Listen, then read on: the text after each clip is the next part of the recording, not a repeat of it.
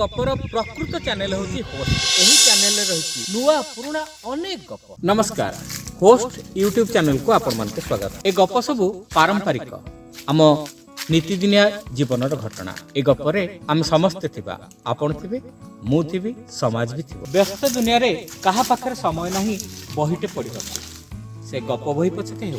आम चैनल रे ए समस्यार समाधान रही सब प्रकार गप आपण माने सहज रे पाई परिबे। तेबे देरी करंतु, आम चैनल को आसंतु, सुनंतु गप, सब्सक्राइब करंतु, लाइक करंतु, आउ बंधु मानक भितरे शेयर करंतु।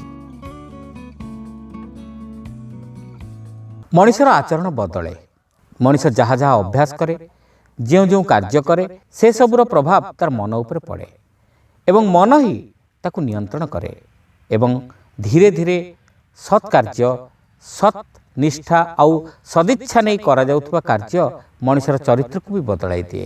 एही प्रसंग रे गपटिए। जणे राजांकर शत्रु माने स्थिर कले जे कौशल रे तांको निपात कर देबे। से माने जणे आतताई को ठीक कले। राजा किंतु थिले धर्मपरायण। से साधु सन्थ माननकु श्रद्धा और भक्ति करथिले। सेमाने आसिले सेमानकर बहुत सत्कार करथिले। तेणु स्थिर करागला जे आतताई जनक गोटे छद्मवेशी साधु बेशरे राजांक पाखकु जीव। सेठारे से राजांकर विश्वास भाजन हेबार चेष्टा करिवो। किछि दिन भितरे राजांकर निकटतर हेबार सुजोग नहीं अति संतर्पण तांको हत्या करी खसी जीव। एथिपाई आतताई को मासटी समय दियागला। 2-3 दिन भितरे आतताई जणे साधुंक बेशरे राजप्रसाद रे पहुंचिला। राजा ताकू देखि पाछुटी नेले ओ आदर सत्कार कले। साधुवेशी आतताई राजप्रसाद रे किछि दिन काटिबाकू मनस्थ करिबारु राजा अविलंब राजी हेले। आतताई प्रथम चाल रे सफल हैला। राजांक विश्वास जिणिबा सकाशे छद्मवेशी आतताई ध्यान जोग आदिर छलना कला। साधु माने जेमती जेमती चलंती, कथा कहंती, जेमती सर्वदा प्रफुल्ल थांती, काहा उपरे राग करंती नहीं, अबिकल सेमती कला। राजा भी एमती जणे निष्ठावान साधु को देखि श्रद्धा और भक्ति रे छलछल होई गले। एमती हो मासे गड़ीगला, किंतु आतताई तार काम कला नहीं। किसी दिन पर षड्यंत्रकारी माने अधैर्य होई गले। सेमानक भितर जणे आसी ताकू भेटी तार असल उद्देश्य विषय रे चेताई देला। आतताई नीरव रे सब सुनिला। से दिन राति रे से राजप्रसाद डेई केउआडे निरुद्दिष्ट होई गला। साधु भावे निजको प्रमाणित करिबा लगी से जहा जहा करुथिला ता अगोचर रे ता भितरे गोटे संस्कार आसी जाइथिला। से आउ आतताई होई रही नथिला। श्रोता बंधु, गपटी आपण मानकु केमिति लागिला कमेंट करी निश्चित जणाइबे। आपण माने जदि चैनल रे नुआ तेबे सब्सक्राइब करबा को भूलिबे नाही। रहिलु, नमस्कार। ज्ञान अर्जन करबा प्रत्येक मनुष्यर धर्म, किंतु ज्ञान अनेक समय मनुष्य को अहंकारी कर दिए। अहंकारी मनुष्य ज्ञान चक्षु द्वारा सठिक जिनिस देखिपारे नहीं। कहवाकू गले अहंकार ही ज्ञानी को अंध कर दिए। तेणु अहंकार लेप होइथिबा ज्ञान कौनसी कामरे लागि न थाए। ए प्रसंग रे कपटिए। 2 बंधु थिले। जनकर नाम थिला सुशील एवं अन्य जनकर नाम थिला सुनील।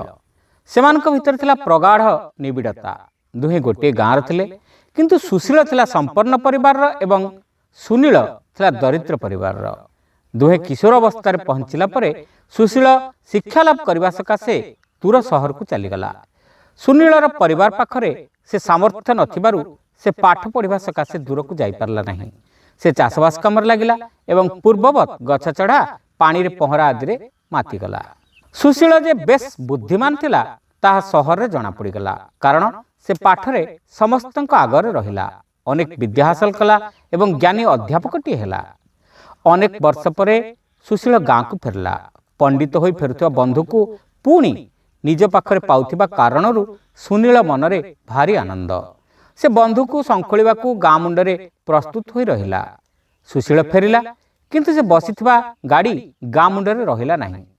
सुनील टिके हताश हेला, किंतु भाबिला जे सुशील बोधुए ताकू देखि पारला नहीं। एते दिन परे ताकू देखि जे सुशील गाड़ी रो ओह्लाई आलिंगन करिबो नहीं, यह सुनीलर कल्पना बाहर थिला। से दिन संध्यारे से सुशील घरे जाई ताकू भेटिला, किंतु से स्पष्ट अनुभव कला जे सुशील भितर आउ स्नेह नाही। एबे पाठुआ सुशीलर दुनिया ବଦଳି ଯାଇଛି। ସୁନୀଳ ମନ ଦୁଃଖରେ ଭାଙ୍ଗି ପଡ଼ିଲା। ସେ ଘରକୁ ନ ଯାଇ ଗାଁ ମନ୍ଦିର ପିଣ୍ଡାରେ ବସି ରାତି ଅନେକ ଯାଏ ବସି ରହିଲା ଏବଂ ଭାଗ୍ୟକୁ ଧିକ୍କାର କଲା। ସେଠି ତାକୁ ନିଦ ହୋଇଗଲା। ନିଦରେ ସେ ସ୍ୱପ୍ନ ଦେଖିଲା। ସ୍ୱପ୍ନରେ ଗାଁ ମହାଦେବ ଆସିଥିଲେ। କହିଲେ, ଶୁଣ ବାବୁ, ଜ୍ଞାନ ଆଖି ଖୋଲିଦେବା କଥା, କିନ୍ତୁ ବେଳେବେଳେ ଜ୍ଞାନ ମନରେ ଅହଙ୍କାର ଜନ୍ମାଏ। ସେଭଳି ଜ୍ଞାନରେ ଜ୍ଞାନୀ ଅନ୍ଧ ସହିତ ସମାନ। ତୋ ବନ୍ଧୁ ଗୁରୁଟିଏ ହୋଇଛି ସିନା, ସେ କାହାକୁ ବାଟ ଦେଖାଇ ପାରିବ ନାହିଁ, କାରଣ ସେ ନିଜେ ଅନ୍ଧ। ସେଭଳି ବିଦ୍ୟାଠାରୁ ବିଦ୍ୟାହୀନତା ଭଲ। ଶ୍ରୋତା ବନ୍ଧୁ, ଗପଟି ଆପଣମାନଙ୍କୁ କେମିତି ଲାଗିଲା କମେଣ୍ଟ କରି ନିଶ୍ଚିତ ଜଣାଇବେ। ଚ୍ୟାନେଲରେ ନୂଆ ହୋଇଥିଲେ ସବସ୍କ୍ରାଇବ୍ କରିବାକୁ ଭୁଲିବେ ନାହିଁ। ରହିଲୁ, ନମସ୍କାର। ଆମେ ଅନେକ କିଛି ଶିଖୁ ଜୀବନରେ। ବିଦ୍ୟାଳୟରେ ଶିକ୍ଷା କରୁ, ଗୁରୁକୁଳରେ ଶିକ୍ଷା କରୁ। ଜୀବନ ବି ଆମକୁ ବହୁତ କିଛି ଶିଖାଇ ଦିଏ। ତେବେ ସବୁଠାରୁ ବଡ଼ କଥା ହେଲା ସାଧାରଣ ଜ୍ଞାନ। ସାଧାରଣ ଜ୍ଞାନକୁ ହିଁ ଚିନ୍ତକମାନେ ଅସାଧାରଣ ପ୍ରଜ୍ଞା ବୋଲି କହିଥାନ୍ତି। ସାଧାରଣ ଜ୍ଞାନ ନଥିଲେ ବହି ପାଠ ମୂଲ୍ୟହୀନ। ଶିକ୍ଷକ ଏ କଥାଟି ସ୍କୁଲରେ ପିଲାମାନଙ୍କୁ ବୁଝାଇବାକୁ ଯାଇ ଗପଟିଏ କହିଥିଲେ। ଜଣେ ରାଜା ଥିଲେ। ରାଜପୁତ୍ର ଗେହ୍ଲା ହୋଇଯିବାରୁ ପାଠପଢ଼ା ଆରମ୍ଭ କରିବାରେ ଡେରି ହେଲା। ଏହା ରାଜାଙ୍କୁ ଚିନ୍ତିତ କଲା।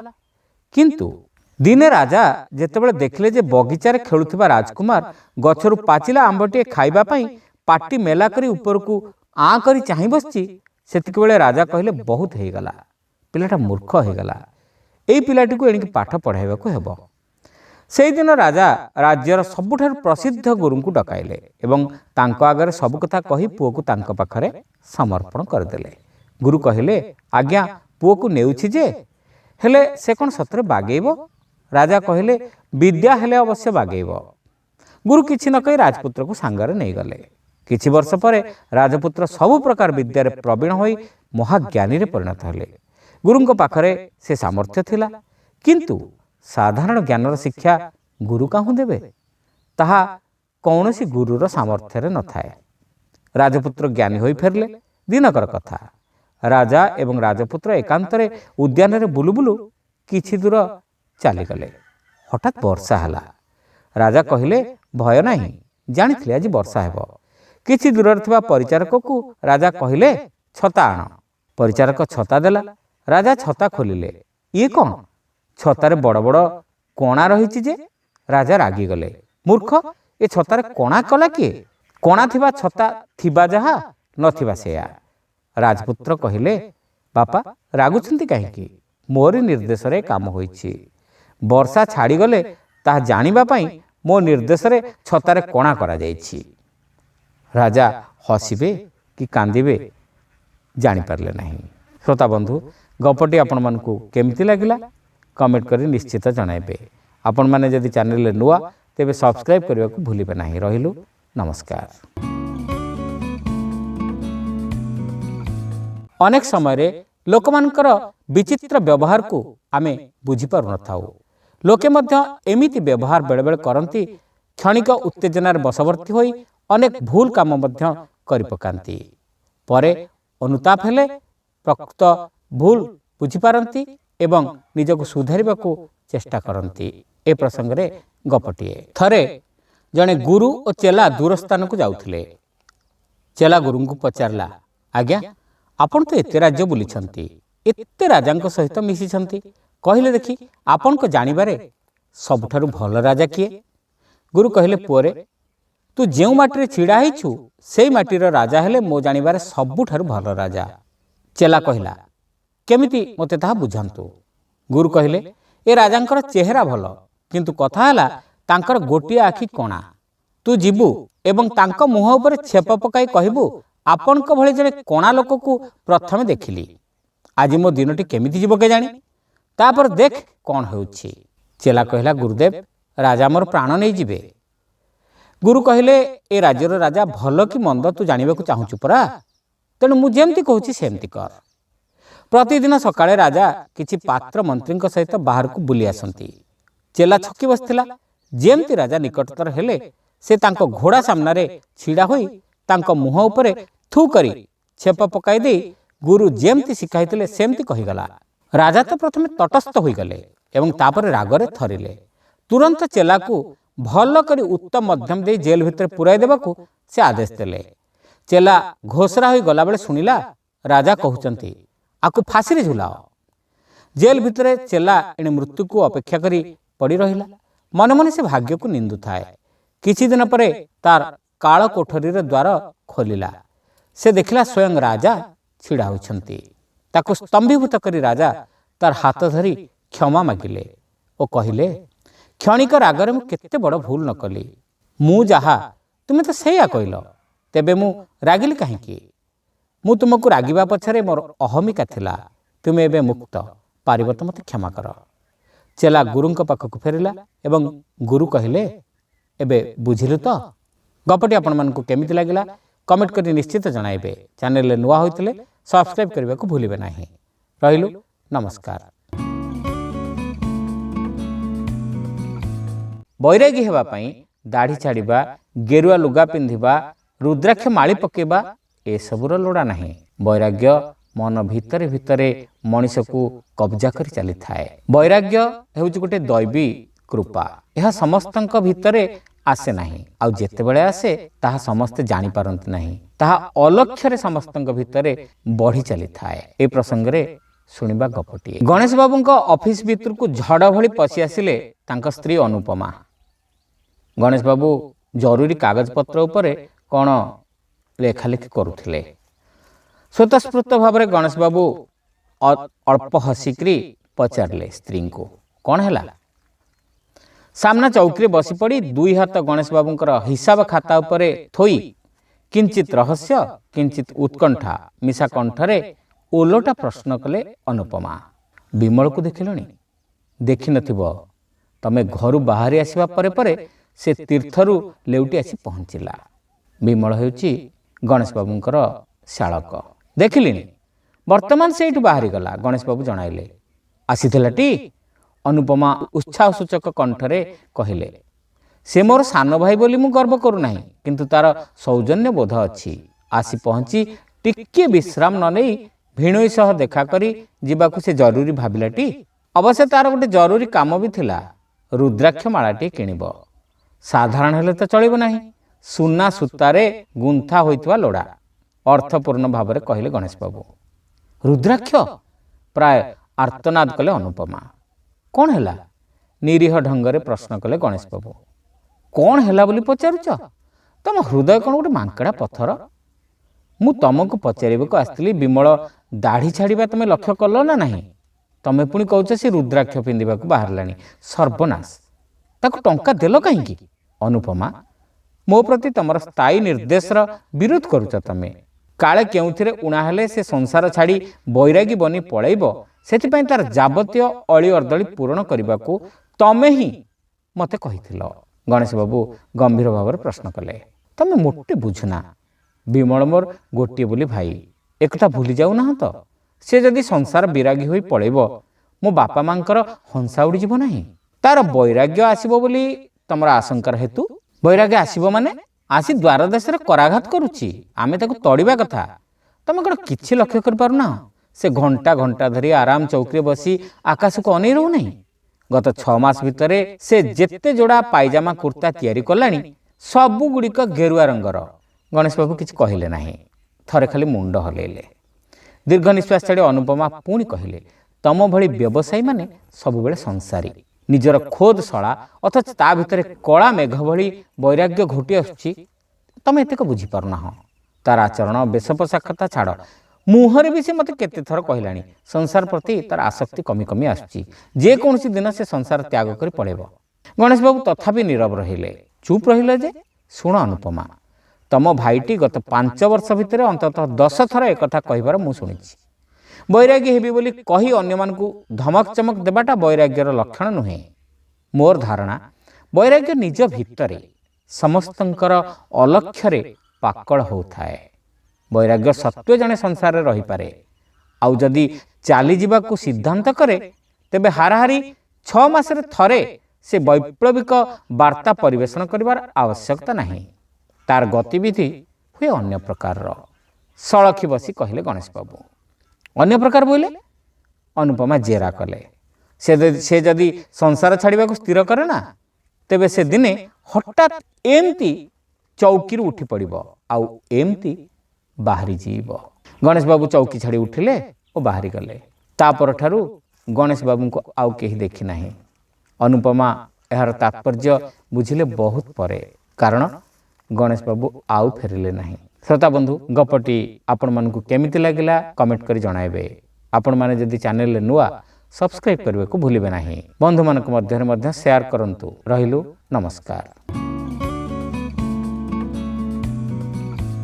ଜୀବନରେ ଉନ୍ନତି ଲାଭ କରିବା ପାଇଁ ଯେମିତି ସବୁ ପ୍ରକାର ଶାସ୍ତ୍ର, ବେଦ, ଉପନିଷଦ, ଗୀତା ଏସବୁ ଅଧ୍ୟୟନ ଜରୁରୀ, ଠିକ୍ ସେମିତି ଦୈନନ୍ଦିନ ଜୀବନରେ ସଫଳତା ହାସଲ କରିବା ପାଇଁ ବ୍ୟବହାରିକ ଜ୍ଞାନ ମଧ୍ୟ ଦରକାର। ଆଉ ବ୍ୟବହାରିକ ଜ୍ଞାନ ନଥିଲେ ସବୁ ପ୍ରକାର ଶାସ୍ତ୍ରରେ ବ୍ୟୁତ୍ପତ୍ତି ନିରର୍ଥକ। ଏହି ପ୍ରସଙ୍ଗରେ ଗପଟିଏ। ନାଉରୀ ନୌକା ଛାଡ଼ିଲା, ଯାତ୍ରୀ ବୋଇଲେ ମାତ୍ର ଜଣେ। ପାରିବାକୁ କେତେ ସମୟ ଲାଗିବ କିରେ? ଯାତ୍ରୀ ମହୋଦୟ ନାଉରୀକୁ ପଚାରିଲେ। ପଣ୍ଡିତେ, ଆପଣ ତ ମହାଜ୍ଞାନୀ, ଏ ପ୍ରଶ୍ନର ଉତ୍ତର କିଏ ଦେଇପାରିବ?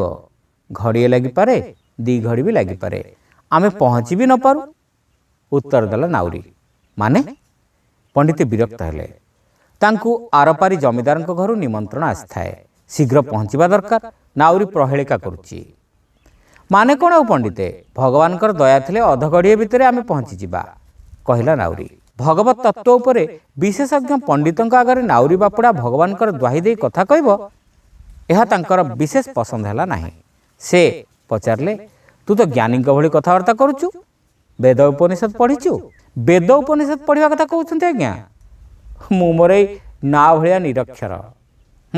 ଅନ୍ୟ କୌଣସି ଶାସ୍ତ୍ର? କହିଲି ପରା ଆଜ୍ଞା, ମୁଁ ନିରକ୍ଷର। ଆଧ୍ୟାତ୍ମିକ ଶାସ୍ତ୍ର ନ ହେଉ, ଜ୍ୟୋତିଷ ଶାସ୍ତ୍ର ବିଷୟରେ ତ ତୋର କିଛି ଜ୍ଞାନ ଥିବ?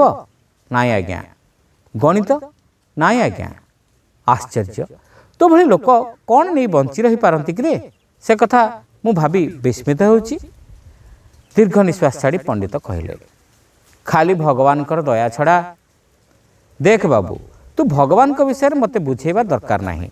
ମାୟାବାଦ, ଦ୍ୱୈତବାଦ, ଅଦ୍ୱୈତବାଦ, ବିଶିଷ୍ଟାଦ୍ୱୈତବାଦ, ଭଗବାନଙ୍କୁ ନେଇ ଏସବୁ ତତ୍ତ୍ୱ ଆଲୋଚନା କରିବା ହେଉଛି ମୋ କାମ। ଏସବୁ ଯିଏ ନ ଜାଣେ ତା ଜୀବନର ଅଧା ଅଧି ବର୍ବାଦ ହୋଇଛି ବୋଲି ବୁଝିବାକୁ ହେବ, ପଣ୍ଡିତ ମନ୍ତବ୍ୟ ଦେଲେ। ଆପଣ ଠିକ୍ କହୁଛନ୍ତି ପଣ୍ଡିତେ। ନାଉରୀ ଏହା କହି ଆକାଶକୁ ଅନେଇଲା। ଘୋଟି ଆସୁଥିଲା କଳାହାଣ୍ଡିଆ ମେଘ। ତୁମୁଳ ବେଗରେ ପବନ ବହିବାକୁ ଆରମ୍ଭ କରିଥିଲା। ହଠାତ୍ ପ୍ରଶ୍ନ କଲା ନାଉରୀ, ପଣ୍ଡିତେ, ସନ୍ତରଣ ଶାସ୍ତ୍ର ବିଷୟରେ ଆପଣଙ୍କର ଦଖଲ ଥିବ ତ? ସନ୍ତରଣ ଶାସ୍ତ୍ର? କାହିଁକି ନାହିଁ ତ?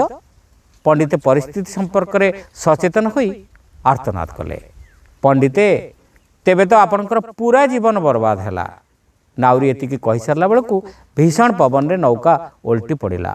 ଅକ୍ଳେଶରେ ସନ୍ତରଣ କରି ନଈ ପାରି ହେଉଥିବା ନାଉରୀ ଆଡ଼େ ଅନାଇ ପଣ୍ଡିତଙ୍କର ମନେ ହେଲା, ତୁଚ୍ଛା ବିଶ୍ୱାସ ଦ୍ୱାରା ସତେ ଯେମିତି ଲୋକଟି ଜୀବନ ନଈ ପାରି ହୋଇଯାଉଛି, ଆଉ ସବୁ ତତ୍ତ୍ୱଜ୍ଞାନ ଥିବା ସତ୍ତ୍ୱେ ସେ ନିଜେ ବୁଡ଼ିବାକୁ ବସିଛନ୍ତି। ଶ୍ରୋତାବନ୍ଧୁ, ଗପଟି ଆପଣମାନଙ୍କୁ କେମିତି ଲାଗିଲା କମେଣ୍ଟ କରି ନିଶ୍ଚିତ ଜଣାଇବେ। ଆପଣମାନେ ଯଦି ଚ୍ୟାନେଲରେ ନୂଆ, ତେବେ ସବସ୍କ୍ରାଇବ୍ କରିବାକୁ ଭୁଲିବେ ନାହିଁ। ରହିଲୁ, ନମସ୍କାର। ବଳଭଦ୍ର ନାମକ ଜଣେ ଯୁବକ ଗୁରୁକୁଳରେ ଶିକ୍ଷା ଶେଷ କରି ନିଜର ଗ୍ରାମକୁ ଲେଉଟି ଆସିଲେ। ବଳଭଦ୍ରଙ୍କର ପିତା ଥିଲେ ଜଣେ ବିଦ୍ୱାନ ବ୍ୟକ୍ତି। ସେ କ୍ଷେତବାଡ଼ି କରିବା ସଙ୍ଗେ ସଙ୍ଗେ ଲେଖାପଢ଼ା ମଧ୍ୟ କରୁଥାନ୍ତି। ସେ ସଂସ୍କୃତ ଗ୍ରନ୍ଥ ସବୁ ଅନୁବାଦ କରି ସହରର ଜଣେ ଧନୀ ଲୋକଙ୍କ ପାଖକୁ ପଠାଇ ଦିଅନ୍ତି। ଧନୀ ଲୋକ ତାଙ୍କୁ ବେଶ୍ ଭଲ ପାରିଶ୍ରମିକ ଦିଅନ୍ତି। ବଳଭଦ୍ରଙ୍କର ପିତା ଚାହୁଁଥିଲେ ଯେ ବଳଭଦ୍ର ତାଙ୍କୁ ଲେଖାପଢ଼ାରେ ସାହାଯ୍ୟ କରୁ। ବଳଭଦ୍ରଙ୍କୁ ମଧ୍ୟ ସେ କାମ ଭଲ ଲାଗିଲା। ପିତା ପୁତ୍ର ମିଶି ଅନୁବାଦ କାମ ବଡ଼ ଭଲ ଭାବରେ ଆଉ ଶୀଘ୍ର କଲେ। ସେମାନେ ହଂସ ପୁରାଣ ଅନୁବାଦ କରୁଥାନ୍ତି। କିଛି ଦିନରେ ତାହା ଶେଷ ହେବାରୁ ପିତା ପୁତ୍ରକୁ କହିଲେ, ପୁତ୍ର, ତୁ ନିଜେ ଏହି ଅନୁବାଦଟି ନେଇ ଧନିକଙ୍କ ପାଖକୁ ଯା। କେତେ ବର୍ଷ ଧରି ଏହି ଗ୍ରନ୍ଥଟିକୁ ଅନେକ ଲୋକ ଅନୁବାଦ କରିବାକୁ ଚାହିଁଲେ ମଧ୍ୟ କରିପାରୁନଥିଲେ। ଏବେ ଆମେ ଏଇଟା କରିଦେଇଛେ, ତେଣୁ ତୁ ଏହାକୁ ନେଇଯା। ବଳଭଦ୍ର ଅନୁବାଦ ପୋଥିଟିକୁ ହାତରେ ଧରି ସହରକୁ ଗଲେ। ବାଟରେ ଜଣେ ଲୋକ ସହିତ ଦେଖାହେଲା। ସେ ନିଜ ଆଡ଼ୁ ଡାକି କହିଲେ, ତମେ ବଳଭଦ୍ର ନା? ବହୁତ ପଢ଼ାପଢ଼ି କରିଛ ନୁହେଁ? କୁଆଡ଼େ ଯାଉଛ ଏବେ? ବଳଭଦ୍ର ତାଙ୍କର ସବୁ ପ୍ରଶ୍ନର ଉତ୍ତର ଦେଲେ ମଧ୍ୟ ନିଜେ ମନେ ପକାଇ ପାରିଲେ ନାହିଁ ସେ କେଉଁଠି ଏ ଲୋକକୁ ଦେଖିଛନ୍ତି। ବଳଭଦ୍ର ତାଙ୍କୁ ଚାହିଁ ଟିକେ ଥତମତ ହେବାରୁ से कहले आरे भूलीगल ना कौन मु नारायण मते भल कर चाह कि मन पड़ुछि। बलभद्रंकर सब कथा मन पड़गला। नारायण सबुबले पिलामानकु डाकी गल्प शुणाती। सेतेबेले बलभद्र मध्य पिलांक भितर जणे थिले। एतिक मन पड़िला जे गल्प चलीथिबो मझिरे नारायण स्त्री सेवती आसी समस्तिंकु भीषण गाली देई तड़ी दियंती। किंतु नारायण पुणी पिलामानकु डाकी आनी गप कहंती। पिलाए खुशी। गपटी केउठी अधा रहिथिला बा केउठी अटकीथिला से कथा पिलामाने पुणी कहि दियंती। बलभद्र प्रथमे चिन्हि पारि नथिबारु दुखित हेले। नारायण हसी देई कहले अच्छा से कथा छाड़ तमे जदि काली भितर सहरु फेरी आसीबो तो मो पे गोटे नड़िया किणी नहीं आसीबो। पहर दिन भगवान पूजारे नड़ियाटी बाड़ेबाकू हेबो किंतु आम ग्रामर नड़िया गुड़िक भल नुहे। आपण काली संध्या भितर नड़ियाटी आसी पहुँची जीव। आपण आश्वस्त रुहंतु। बलभद्र कहले। नारायण पुणी कहले एठारे जहाकु मु काम करबाकू कहे समस्ते हाँ भरती किंतु करती नाही। तमे अंततः सेपरी करिबो नाही बोली मोर विश्वास। संध्या बेलू बलभद्र सहर में पहुंची धनी जमीदार को हंसपुराण अनुवाद थिबा पांडुलिपि धरेदेले। जमीदार बहुत खुशी हेले और आश्चर्य होई पचारले एते शीघ्र यह किपरि संभव है।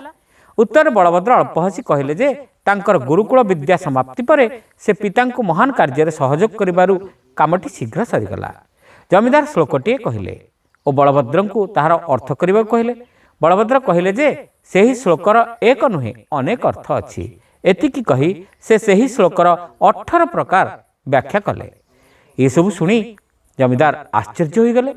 तमे तो जड़े असाधारण विद्वान। तमे जदि आउ 4 दिन एठार रही तो मु एक विद्वान सभार आयोजन करी। तमे से अंशग्रहण कर। बलभद्र बड़ अड़ुआरे पड़े। से नारायण नड़िया कथाटी भाविले। निजर स्वार्थपाई तांको पूजारे बाधा पड़ो यह चाहू नथिले। पुणी एतिकी टिके कथा बा जमीदार को कहिबे किपरि। एपरी भाबु भाबु तांका मनरे गोटे उपाय जुटिला। से कहले महाशय मोर जेजेमा देह असुस्थ मु औषध नहीं आज राति फेरबी। एठारे रहिबा मो पक्षर संभव नुहे। जमीदार हसी हसी कहले ओ एई कथा तुमे औषधर नाम कह मु लोक देई तुम गाँ को पठे देबी। बलभद्र महा हैरान पड़िले। से कहले महाशय मो जेजेमा मानसिक रोग मु सेठारे उपस्थित न रहिले तांकर मानसिक रोग बढ़ी जाए। जमीदार आ बेसी जिद कले नाही। तांकर रहिबा खाइबा व्यवस्था कर देई कहले जे परदिन जीवा पूर्व तांको जेन से देखा करंती। से दिन सकाळे से सारा बाजार बुली बुली नड़ियाटी पाइले नाही। बड़ मन दुखरे बलभद्र जमीदार घर को फेरले और पूजारी को कहले जे से नड़ियाटी चाहती। पूजारी कहला नड़िया तो बस्ताए अच्छी गोटाए कहीं हेले बाबू तमे जमीदार ठारू अनुमति न आनिले मु देई परिबि नाही। किंतु तमे तो जमीदार को नड़ियाटी मात्र मागिबो ए तो सुंदर कथा हेबो नाही। किंतु नारायण को मन करी से जमीदार को जाई कहले जेजेमांकर नड़ियाटी दरकार। आज बाजार बुली बुली आसिली गोटे हेले पाइली नाही। एतिकी कथा को एते व्यस्त तापर जमीदार 4टी नड़िया और पुराण बाबद 10,000 टंका तांकु देले। बलभद्र ग्राम में पहुँचला बेलू राति हो गलानी। से टंका सब बापा को दे दे कौन सब घटिला सविस्तार कहले। बापा कहले जमीदार कौन सी ग्रंथ पाई एते धन आगरू दे नथिले। मने हुए से तो ऊपर बहुत खुशी अछंती। तू जदि विद्वान सभा भाग नहीं थांतु तेबे सारा जीवन चलिला परि धन से तोते देई थांते। गुरुकुल रे मु शिक्षा पाइछि जे धन ठारू वचन रक्षा करिबा महत्तर। आमको जदि धन मिलिबार थाए तेबे केबे ना केबे ताहा मिली जिवो किंतु वचन थरे गले आउ मिलिब नाही। बलभद्र कहले नारायण पाई जो काम कलु ताहा ठीक किंतु जानिबा उचित केउ कामटा अधिक मूल्यवान। बलभद्रंकर पिता कहले अच्छा कही बलभद्र नड़ियाटी धरी नारायण घर को गले। सेठार देखिले घरे ताला पड़ी। से पचारि बुझिले जे तांको स्त्री मरिबा दिन ठारू तांकर कौनसी कथारे किछि ठीक ठिकणा नाही। से केतेबेले आसंती केतेबेले जाआंती से कथा सठिक कहवा असंभव। बलभद्र किछि समय सेठारे अपेक्षा करिबा परे नड़िया कथा लेखि रखिदे आसिले। परदिन जाए देखिले ताला बंद। द्विप्रहर समय पुणी नड़ियाटी धरी आसी देखिले नारायण निज घरे बसी कौन पढ़ुछंती। बलभद्र को देखि रागी जाई कहले मु पढ़ापढ़ी करला बेले कहीं विघ्न करू ताहा मु पसंद करे नाही।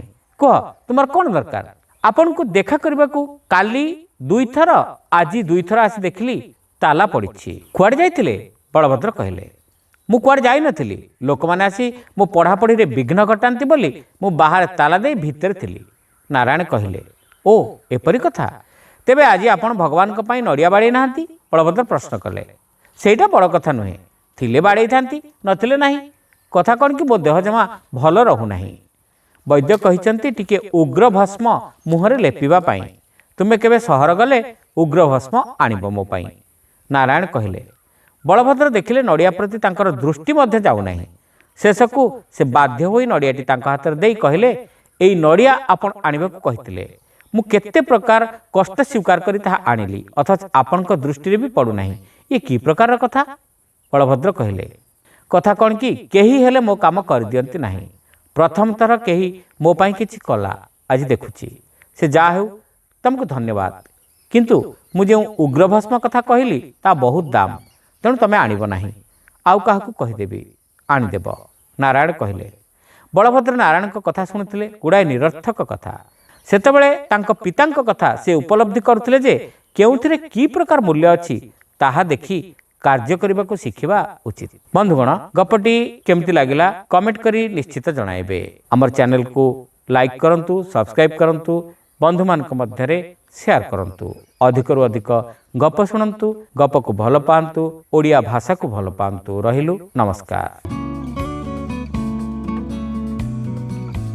ଶାସକ ସବୁବେଳେ ଲୋକଙ୍କ ସୁଖ ପାଇଁ କାର୍ଯ୍ୟ କରିବା ଉଚିତ। ନିଜର ବ୍ୟକ୍ତିଗତ ସୁଖ ପାଇଁ ଜନସାଧାରଣଙ୍କର ଅର୍ଥ, ଜନସାଧାରଣଙ୍କର ଆୟରେ ଶାସକର କୌଣସି ଅଧିକାର ରହିନଥାଏ। ଶୁଣିବା ଗପଟିଏ। ଥରେ ରାଜା ଦରବାରରେ ବସିଥିଲା ବେଳେ ଜଣେ ପରିବ୍ରାଜକ ପହଞ୍ଚିଲେ।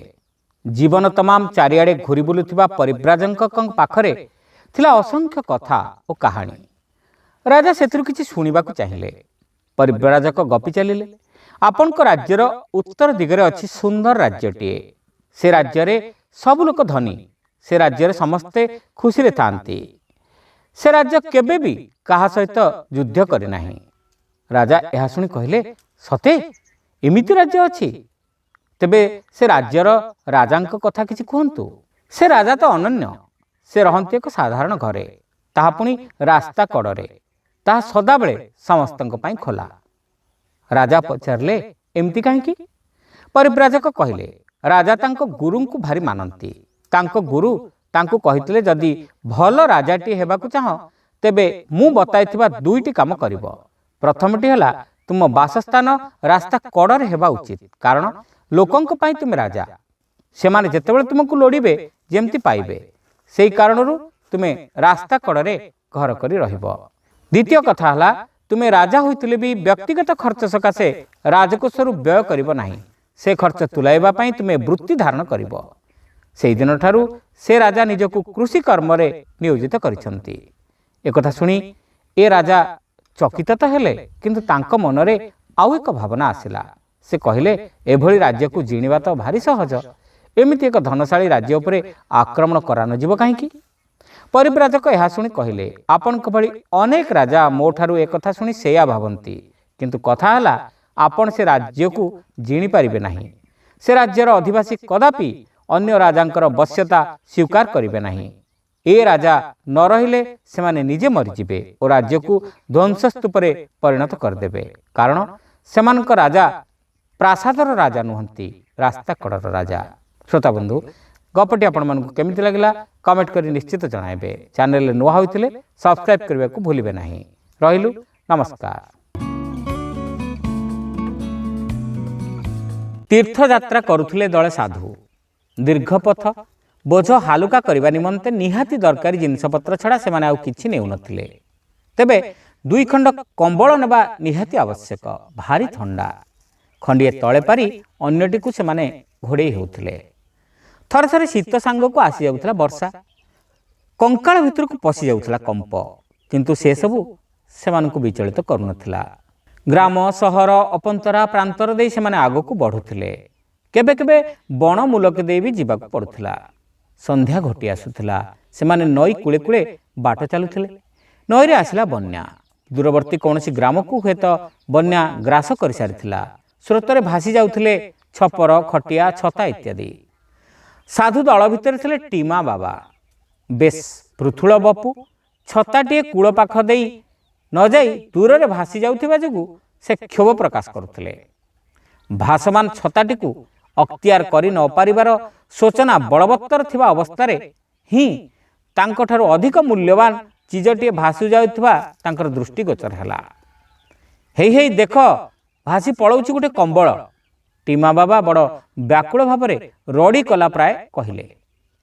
ଖାଲି କମ୍ବଳ କାହିଁକି ଟିମା, ବନ୍ୟାରେ ତ କେତେ ସମ୍ପଦ ଭାସି ଯାଉଛି, କହିଲେ ଜଣେ ବୟୋଜ୍ୟେଷ୍ଠ ସାଧୁ।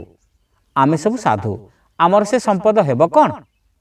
ବୁଝିଲ ଟିମା ବାବା, ମଣିଷ ଯେମିତି ଜିନିଷପତ୍ର ନ ଛାଡ଼ିବାକୁ ବ୍ୟଗ୍ର ହୋଇଥାଏ, ବନ୍ୟା ସେମିତି ସବୁ ଛଡ଼େଇ ନେବାକୁ ବ୍ୟଗ୍ର ହୋଇଥାଏ, ମନ୍ତବ୍ୟ ଦେଲେ ଆଉ ଜଣେ ସାଧୁ। କିନ୍ତୁ ଏଇଟି ବଡ଼ ବହଳିଆ ଆଉ ମୋଟା କମ୍ବଳ ଲାଗୁଛି, ସେମିତି ଭାସି ପଳେଇବ? ପ୍ରଶ୍ନ କଲେ ଟିମା ବାବା, ସତେ ଯେମିତି ସେ ନିଜକୁ ନିଜେ ପ୍ରଶ୍ନ କରୁଥିଲେ। ଆମେ ତାକୁ ଅଟକାଇବା ନାହିଁ? ସେ ଏଥର ଅନ୍ୟମାନଙ୍କୁ ଅନାଇ ପ୍ରଶ୍ନ କଲେ। ପ୍ରବଳ ସ୍ରୋତରୁ ପୁଣି ମଝି ନଈରୁ ଆମେ ତାକୁ ଅଟକାଇ କୂଳକୁ ଆଣିବାର ପ୍ରଶ୍ନ ହିଁ ଉଠୁନି, କହିଲେ ଅନ୍ୟ ଜଣେ ସାଧୁ। ଅସଲ ପ୍ରଶ୍ନ ହେଲା ଆମେ ତାକୁ ଅଟକାଇବା ନା ନାହିଁ? ଆମର ତ ଯୋଡ଼ାଏ ଲେଖାଏଁ କମ୍ବଳ ଅଛି, କହିଲେ ଆଉ ଜଣେ ସାଧୁ। କିନ୍ତୁ ଟିମା ବାବା ସେସବୁ ମନ୍ତବ୍ୟ ପ୍ରତି କର୍ଣ୍ଣପାତ କରୁନଥିଲେ। ସେ କମ୍ବଳର ଗତି ସହିତ ତାଳ ମିଳାଇ ଜୋରରେ ଚାଲିବାକୁ ଲାଗିଲେ। ହଠାତ୍ ନିଜ ଝୁଲାଟିକୁ କାନ୍ଧରୁ ବାହାର କରି ସେ ଜଣେ ସହଯାତ୍ରୀଙ୍କ ହାତରେ ଦେଇ କହିଲେ, ମୁଁ କିନ୍ତୁ କମ୍ବଳକୁ ଛାଡ଼ିବି ନାହିଁ। ନିଜର ଗେରୁଆ ବସ୍ତ୍ରତକ ଉତାରି ଆଉ ଜଣଙ୍କ ଉପରକୁ ସେ ଫୋପାଡ଼ି ଦେଲେ। ଅନ୍ୟମାନେ ରୁହ ରୁହ କହିଲା ବେଳକୁ ଟିମା ବାବା ନଈ ଭିତରକୁ ଲମ୍ଫ ଦେଲେ। ସେ ଯେ ଜଣେ ଉତ୍ତମ ସନ୍ତରଣକାରୀ ଏଥିରେ ସନ୍ଦେହ ନଥିଲା। ସେ ପ୍ରବଳ ସ୍ରୋତ କାଟି ପହଞ୍ଚିଗଲେ କମ୍ବଳ ପାଖରେ, ତାକୁ ଗୋଟାଏ ବାହୁ ଯୋଗେ ଜାବୁଡ଼ି ଧରିଲେ। କିନ୍ତୁ ମନେ ହେଲା ଉଭୟ କମ୍ବଳ ଆଉ ଟିମା ବାବା ସ୍ରୋତ ଯୋଗେ ଭାସି ଚାଲିଲେ। ଆରେ କ'ଣ କରୁଛ ଟିମା ବାବା, ତମେ କମ୍ବଳକୁ କାବୁ କରିଛଟି? ପ୍ରଶ୍ନ କଲେ ଉତ୍କଣ୍ଠିତ ସହଯାତ୍ରୀମାନେ। କରିଛି, କିନ୍ତୁ କମ୍ବଳ ବି ମୋତେ କାବୁ କରିସାରିଲାଣି। ଏତେ ବଡ଼ ବିଚିତ୍ର କଥା। ଟିମା ବାବାର ଭୟାର୍ତ୍ତ କଣ୍ଠ କ୍ଷୀଣ ହୋଇ ଆସୁଥିଲା। ଆରେ ବାବୁ, ତେବେ ତମେ କମ୍ବଳକୁ ଛାଡ଼ି ଦେଉନ, ସେ ଯାଉ, ଆମର କମ୍ବଳ ନହେଲେ ନାହିଁ, ସାଧୁମାନେ ପରାମର୍ଶ ଦେଲେ। ମୁଁ ତ କେବେଠାରୁ କମ୍ବଳ ଛାଡ଼ି ସାରିଲିଣି, ହେଲେ କମ୍ବଳ ମୋତେ ଛାଡ଼ୁନାହିଁ। ଏହା ହିଁ ଥିଲା ଟିମା ବାବାଙ୍କର ଶେଷ ବାର୍ତ୍ତା। ସହଯାତ୍ରୀ ସାଧୁମାନେ ଅବିଳମ୍ବେ ବୁଝିଗଲେ କମ୍ବଳ ଭଳି ଲାଗୁଥିବା ସେ ଜିନିଷଟି ଥିଲା ଗୋଟିଏ ଭାଲୁ। କେମିତି ଦୂର ପର୍ବତର ଅତଡ଼ା ଖସିବା ଭିତରେ ସେ ନଈକୁ ଖସି ପଡ଼ିଥିଲା। ଶ୍ରୋତାବନ୍ଧୁ, ଗପଟି ଆପଣମାନଙ୍କୁ କେମିତି ଲାଗିଲା କମେଣ୍ଟ କରି ନିଶ୍ଚିତ ଜଣାଇବେ। ଆପଣମାନେ ଚ୍ୟାନେଲରେ ନୂଆ ହୋଇଥିଲେ ସବସ୍କ୍ରାଇବ୍ କରିବାକୁ ଭୁଲିବେ ନାହିଁ। ରହିଲୁ, ନମସ୍କାର। ବେଳେବେଳେ ଆମ ଭିତରୁ ଗୋଟିଏ ପ୍ରେରଣା ଆସେ, କେହି କେହି ଏହାକୁ ଦୈବବାଣୀ ବି କହନ୍ତି। ମାତ୍ର ମଣିଷ ଏଇଭଳି ପ୍ରେରଣାକୁ ବୁଝିବାରେ ଅନେକ ସମୟରେ ସମର୍ଥ ହୋଇନଥାଏ। ଆମେ ଭାବୁ ଗୋଟିଏ କଥା, କିନ୍ତୁ ହୁଏ ଗୋଟିଏ କଥା। ତେଣୁ ଏଭଳି ସ୍ଥିତିରେ ଆମକୁ ସତର୍କ ରହିବାର ଅଛି। ଏହି ପ୍ରସଙ୍ଗରେ ଗପଟି ଶୁଣିବା। ଜଣେ ବୀର ରାଜା ସବୁଦିନ ଭଳି ସେଦିନ ସକାଳୁ ଦେବୀଙ୍କଠାରୁ ଆଶୀର୍ବାଦ ଗ୍ରହଣ କଲାବେଳେ ସ୍ୱର୍ଗବାଣୀ ଶୁଣିଲେ, ତ ସିଂହାସନ ପ୍ରତି ବିପଦ ଅଛି, ତା ଉପରେ ଶୈତାନ ଆକ୍ରମଣ କରିବ। ରାଜା ଏହା ଶୁଣି ପଚାରିଲେ, ତେବେ ସେଥିରୁ ରକ୍ଷା ପାଇବାର ଉପାୟ କ'ଣ? ଏଥର ସ୍ୱର୍ଗବାଣୀ ହେଲା, ସତର୍କ ରହ। ରାଜା ଏହା ଶୁଣି ତାଙ୍କର ସୈନ୍ୟବଳକୁ ସତର୍କ କରାଇଦେଲେ। ସେମାନଙ୍କୁ ରାଜ୍ୟର ସୀମାନ୍ତବର୍ତ୍ତୀ ଅଞ୍ଚଳକୁ ଯିବା ସକାଶେ ପ୍ରସ୍ତୁତ ରହିବାକୁ କହିଲେ। ତା ସହିତ ନିଜ ଗୁରୁଙ୍କର ପରାମର୍ଶ ଲୋଡ଼ିଲେ। ଗୁରୁ ପଚାରିଲେ, ତୁମେ ନିଜ ସିଂହାସନକୁ ରକ୍ଷା କରିବାକୁ ସମର୍ଥ ତ? ରାଜା କହିଲେ, ଏଥିରେ ସନ୍ଦେହ ନାହିଁ। ଗୁରୁ ପଚାରିଲେ, ଯଦି ଶୈତାନ ଆକ୍ରମଣ କରେ ତେବେ? ରାଜା ନିଜର ଖଣ୍ଡାକୁ କୋଷମୁକ୍ତ କରି କହିଲେ, ମୋର ବୀରତ୍ୱ ଉପରେ କ'ଣ ଆପଣଙ୍କର ସନ୍ଦେହ ରହିଛି? ଏହାପରେ ଅନେକ ଦିନ ଚାଲିଗଲା। ରାଜ୍ୟର ସୀମାନ୍ତରେ ସୈନ୍ୟମାନେ ଛିଡ଼ା ହୋଇ ହୋଇ ହତାଶ ହୋଇଗଲେ। କୌଣସି ପଟୁ ବହି ଆକ୍ରମଣର କୌଣସି ସୂଚନା ନଥିଲା। ରାଜା ବି ଶୈତାନ ଆକ୍ରମଣ ପାଇଁ ସତର୍କ ରହି ଅତିଷ୍ଠ ହୋଇଗଲେ। ତେବେ କ'ଣ ଦୈବବାଣୀ ଭୁଲ ହେଲା? ଦିନକର କଥା, ରାଜା ସିଂହାସନ ଆରୂଢ଼ ହେଲା ବେଳକୁ କଟକଟ ଶବ୍ଦ ହେଲା ଓ କ୍ଷଣିକ ଭିତରେ ବିରାଟ ରାଜସିଂହାସନ ଭୁଷୁଡ଼ି ପଡ଼ିଲା। ସିଂହାସନର ମୂଳ ଗଠନଟି କାଠରେ ତିଆରି ହୋଇଥିଲା। ସମସ୍ତଙ୍କ ଅଲକ୍ଷ୍ୟରେ ଘୁଣ ପୋକ ତାକୁ ଭିତରୁ ଫମ୍ପା କରିଦେଇଥିଲେ। ଏହାପରେ ରାଜଗୁରୁ ରାଜାଙ୍କୁ କହିଲେ, ସିଂହାସନ ଉପରେ ଶୈତାନ ଆକ୍ରମଣ କରିବ ବୋଲି ଶୁଣି ତୁମେ ଭାବିଲ ଯେ तुम राज्य प्रति बा तुमर प्रभुत्व प्रति विपद अच्छी से तुम सतर्कता अवलंबन करिछ किंतु मन रख शैतान क्वचित सम्मुख रण में अवतीर्ण हुए सम्मुख रण में सीना तुमर वीरत्व कम आसब किंतु जदि शैतान घुण पोक भली आसे और भितर कोरी खाई अंतसार शून्य कर दिए तेबे तुमर वीरत्व कि कम आसब तेणु जानी रख शैतान केवल भयंकर रूप नहीं आसे नहीं से अति सूक्ष्म भाव आसी तुमको ध्वंस कर दे पारे तेणु एबे से दिगरे सतर्क नजर रख कथाटी आपण मानकु केमिति लागिला कमेंट करी निश्चित जणाइबे आपण जदि चैनल नुआ तेबे सब्सक्राइब करबा को भूलिबे नाही रहिलु नमस्कार।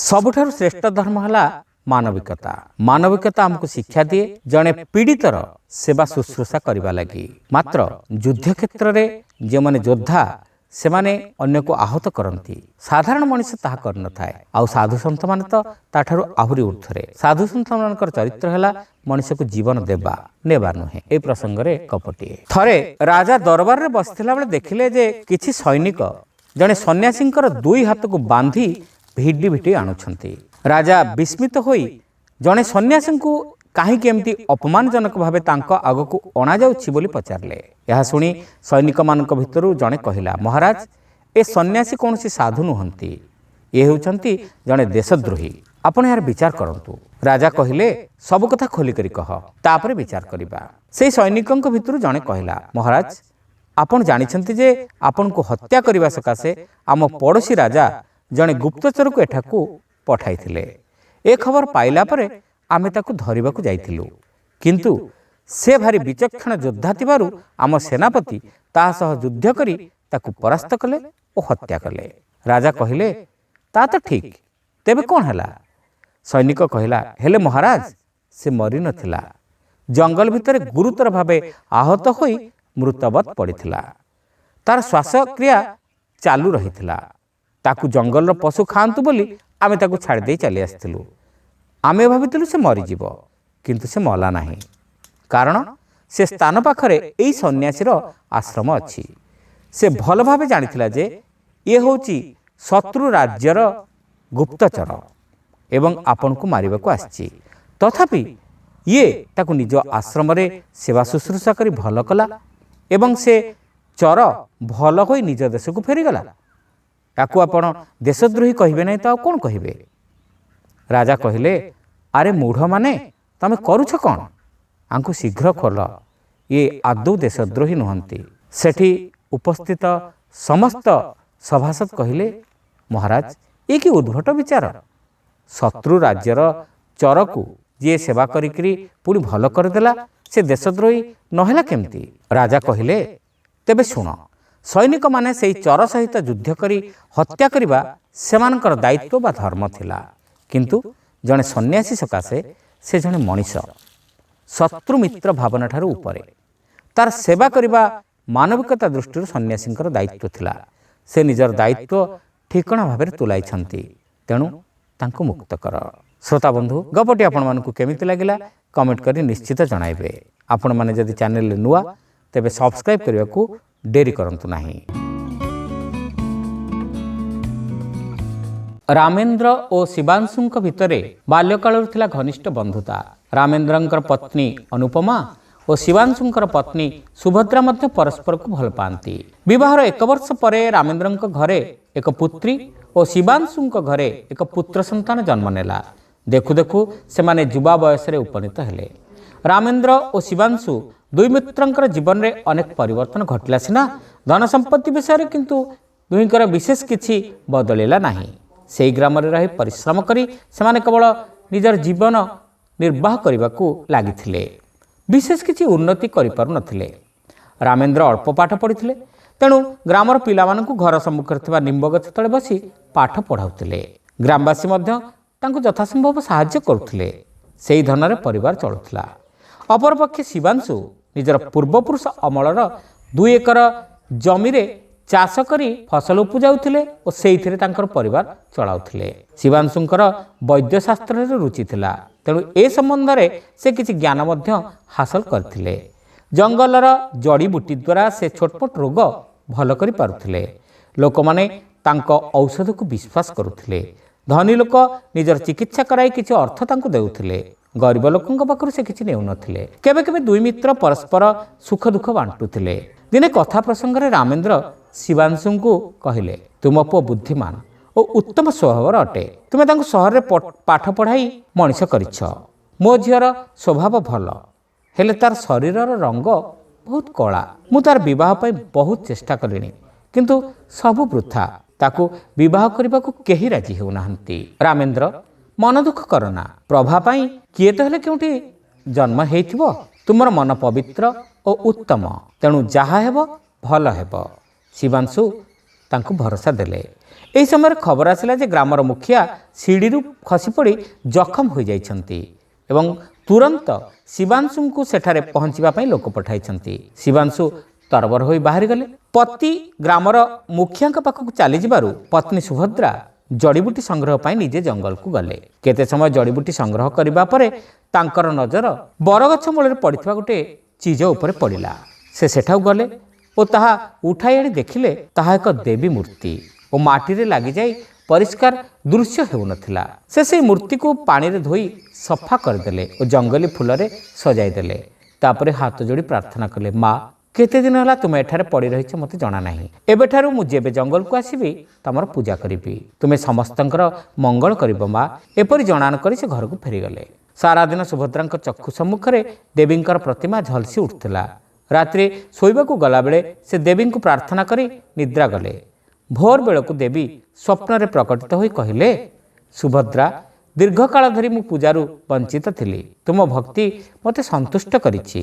ତମେ ବର ମାଗ, ମୁଁ ପ୍ରଦାନ କରିବି। ମା, ତୁମକୁ ତ ସବୁ କଥା ଜଣା। କେଉଁ କଥା ବା ତୁମକୁ ମୁଁ ଜଣାଇବି? ଆମ ଘର ପାଖରେ ରହୁଥିବା ଅନୁପମାଙ୍କର କନ୍ୟା ପ୍ରଭାର ଶରୀରର ବର୍ଣ୍ଣ ବହୁତ କଳା। ତାକୁ ସୁନ୍ଦର ରୂପ ପ୍ରଦାନ କର ଓ ତାର ବିବାହ କରାଇ ଦିଅ। ସୁଭଦ୍ରା କହିଲେ, ଠିକ୍ ଅଛି, ଆଉ ଏକ ବର ମାଗ। ଦେବୀ କହିଲେ, ମା, ମୋ ପ୍ରତି ତୁମର ଅନୁକମ୍ପା ସର୍ବଦା ରହିଥାଉ।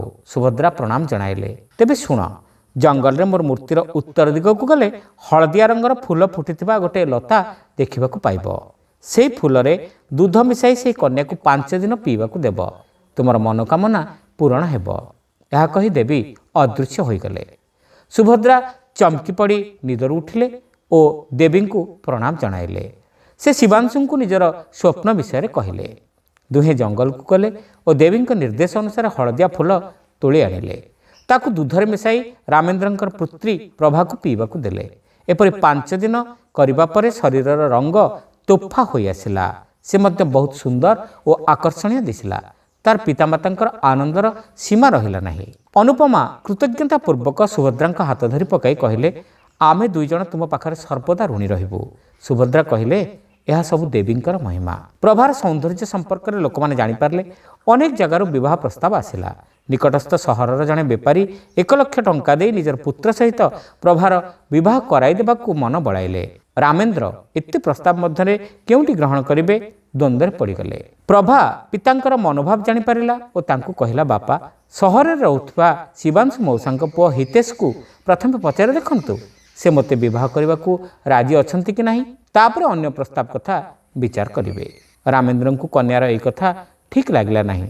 ଏହା ଲକ୍ଷ୍ୟ କରି ପ୍ରଭା କହିଲା, ମୋତେ ଏହି ସୁନ୍ଦର ଚେହେରା ସୁଭଦ୍ରା ମାଉସୀଙ୍କ ଯୋଗୁଁ ମିଳିପାରିଛି। ଧନ ଆଶାରେ ଏହି ସତ୍ୟକୁ ଭୁଲିଯିବା ଠିକ୍ ହେବ ନାହିଁ। କନ୍ୟାର କଥା ଶୁଣି ରାମେନ୍ଦ୍ର ନିଜର ଭୁଲ ବୁଝିପାରିଲେ। ଝିଅ, ତୁମର ଆଖି ଖୋଲିଦେଲୁ। ସେ ସ୍ନେହରେ ଝିଅର ମଥା ଉପରେ ହାତ ରଖିଲେ। ଶିବାଂଶୁଙ୍କ ପୁତ୍ର ହିମେଶ ନିଜର ସମ୍ମତି ପ୍ରଦାନ କଲା ଓ ଏଥିପାଇଁ ମାତା ପିତାଙ୍କର ମଧ୍ୟ ଖୁସିର ସୀମା ରହିଲା ନାହିଁ। ଶୁଭବେଳା ଦେଖି 2 ଜଣଙ୍କର ବିବାହ ସମ୍ପନ୍ନ ହେଲା। କିଛି ଦିନ ପରେ ହିତେଶ ଗ୍ରାମରେ ଏକ କ୍ଷୁଦ୍ର ପାଠଶାଳା ଓ ଚିକିତ୍ସାଳୟର ବ୍ୟବସ୍ଥା କରାଇଲେ। ପତି ପତ୍ନୀ ଦୁହେଁ ମିଶି ଏହାକୁ ପରିଚାଳନା କଲେ। ଶ୍ରୋତାବନ୍ଧୁ, ଗପଟି ଆପଣମାନଙ୍କୁ କେମିତି ଲାଗିଲା କମେଣ୍ଟ କରି ନିଶ୍ଚିତ ଜଣାଇବେ। ଆପଣମାନେ ଚ୍ୟାନେଲରେ ନୂଆ ହୋଇଥିଲେ ସବସ୍କ୍ରାଇବ୍ କରିବାକୁ ଭୁଲିବେ ନାହିଁ। ରହିଲୁ, ନମସ୍କାର। ସ୍ତ୍ରୀଲୋକମାନଙ୍କର ଅଳଙ୍କାର ପ୍ରତି ଲୋଭ ପ୍ରବଳ। ଅନେକ ଅଳଙ୍କାରକୁ, ହାର, ମୁଦି, କାନଫୁଲ ଏସବୁକୁ ପ୍ରେମର ସନ୍ତକ ବୋଲି ଭାବନ୍ତି। ଏସବୁ ଯେତେବେଳେ ସେମାନଙ୍କର ସ୍ୱାମୀ ସେମାନଙ୍କୁ ଉପହାର ସ୍ୱରୂପ ଦିଅନ୍ତି, ସେମାନେ ଭାବନ୍ତି ତାଙ୍କର ସ୍ୱାମୀ ତାଙ୍କୁ ପ୍ରେମ କରୁଥିବାରୁ ଏସବୁ ବୋଧହୁଏ ଦେଇଛନ୍ତି। ମାତ୍ର ମନର ପ୍ରେମ ଆଉ ବାହାରର ଅଳଙ୍କାର ଏସବୁ ଭିନ୍ନ କଥା। କୌଣସି ଅଳଙ୍କାର ଦ୍ୱାରା ସ୍ୱାମୀଙ୍କର ପ୍ରେମର ମୂଲ୍ୟର ତୁଳନା କରାଯାଇ ପାରିବ ନାହିଁ। ଏହି ପ୍ରସଙ୍ଗରେ ଗପଟିଏ। ବିଭୁଦତ୍ତ ନାମରେ ଜଣେ ବଣିକ ଥିଲେ।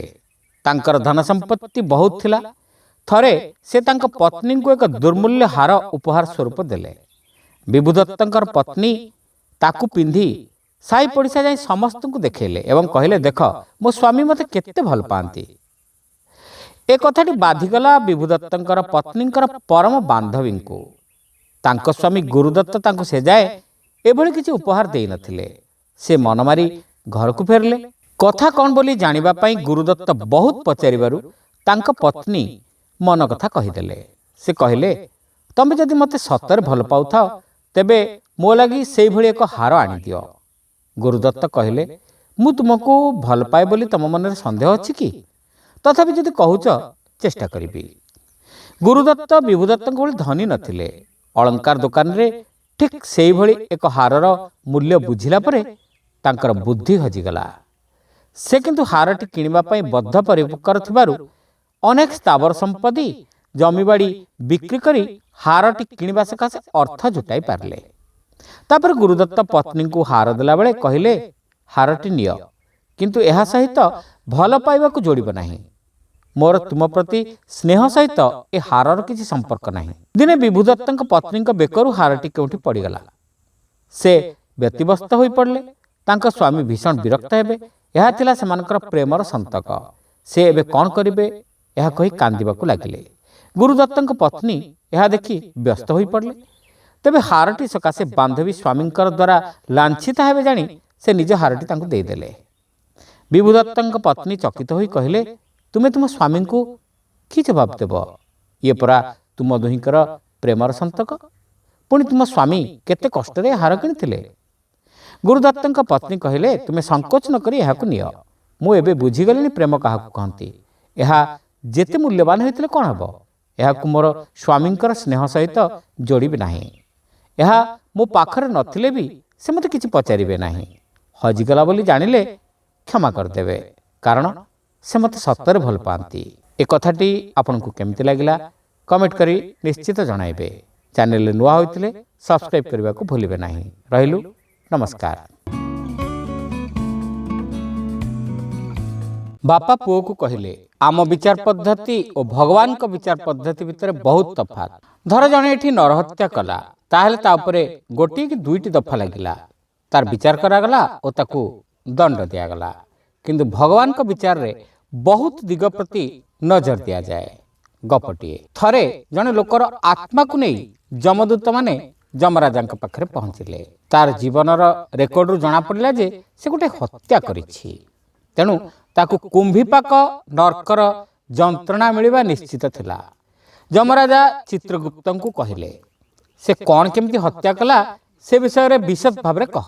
ଚିତ୍ରଗୁପ୍ତ କହିଲେ, ଘଟଣା ଘଟିବା ଦିନ ସନ୍ଧ୍ୟାରେ ଜଣେ ଧନୀ ବ୍ୟବସାୟୀ ଏ ଲୋକର ଘରେ ରହିବାକୁ ଆଶ୍ରୟ ମାଗିଲେ। ବ୍ୟବସାୟୀ ଜଣକ କୌଣସି ଏକ ଦୂର ସ୍ଥାନକୁ ବେପାର ପାଇଁ ଯାଉଥିଲେ। ଲୋକଟି ତାଙ୍କର ଯଥାବିଧି ସତ୍କାର କରି ଆଶ୍ରୟ ଦେଲା। ସେ ଶୋଇଗଲା ପରେ ହଠାତ୍ ଲୋକଟି ମନରେ ଉତ୍ସୁକତା ଜାଗିଲା ବ୍ୟବସାୟୀଙ୍କ ମୁଣା ଖୋଲି ଦେଖିବା ପାଇଁ। ସେ ମୁଣାରେ ଅନେକ ସ୍ୱର୍ଣ୍ଣ ମୁଦ୍ରା ଥିଲା। ତା ମନରେ ଲୋଭ ପଶିଗଲା। ସେ ଶୟନରତ ବ୍ୟବସାୟୀଙ୍କର ଗଳା ଚିପି ହତ୍ୟା କଲା ଏବଂ ଶବକୁ ନିଜ ବଗିଚାରେ ପୋତିଦେଲା। କେହି ଏକଥା ଜାଣିପାରିଲେ ନାହିଁ। ସେ ସାରା ଜୀବନ ଆନନ୍ଦରେ ସେ ସମ୍ପତ୍ତି ଭୋଗ କଲା। ଯମରାଜା କହିଲେ, ନରହତ୍ୟାମାନେ 10,000 ବର୍ଷ କୁମ୍ଭୀପାକ ନର୍କ ଭୋଗ କରିବେ। ପୁଣି ଆଶ୍ରୟ ଦେଇ ହତ୍ୟା କରିଛି ମାନେ ବିଶ୍ୱାସରେ ବିଷ ଦେଇଛି, ସୁତରାଂ କୁମ୍ଭୀପାକ ନର୍କରେ ସେ ଆଉ 30,000 ବର୍ଷ ଯନ୍ତ୍ରଣା ଭୋଗ କରିବେ।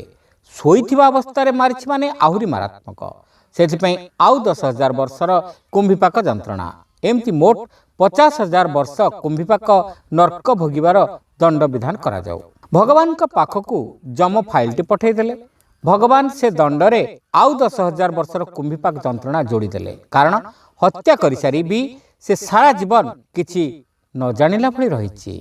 ତାମାନେ ସେ ସମସ୍ତଙ୍କ ସହିତ ଚଞ୍ଚକତା ଓ ବିଶ୍ୱାସଘାତକତା କରିଛି।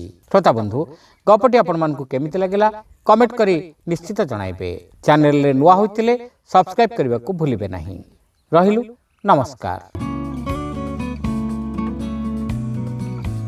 ମଣିଷ ସବୁବେଳେ ପାଇଁ ବର୍ତ୍ତମାନର ସୁଖରେ ବୁଡ଼ି ରହେ।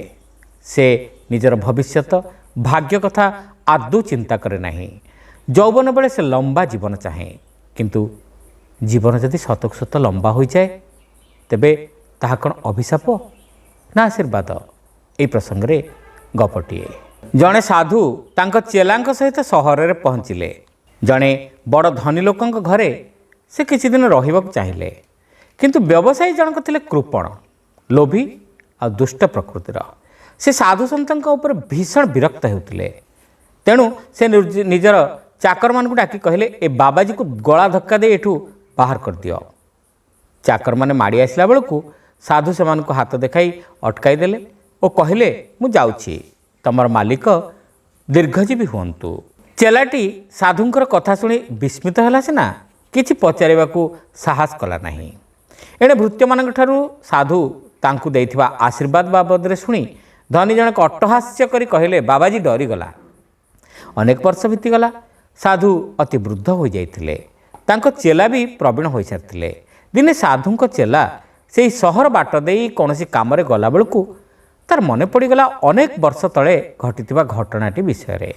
कौतूहल परवश होई से धनींकर प्रासाद आड़कू गला, किंतु सेठार से जहाँ देखिला निज आखि को विश्वास करि पारला नहीं।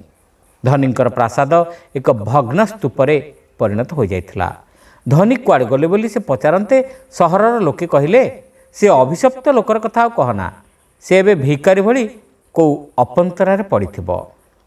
चेलाटी फेरिआसी वृद्ध साधु को सब कथा कहला।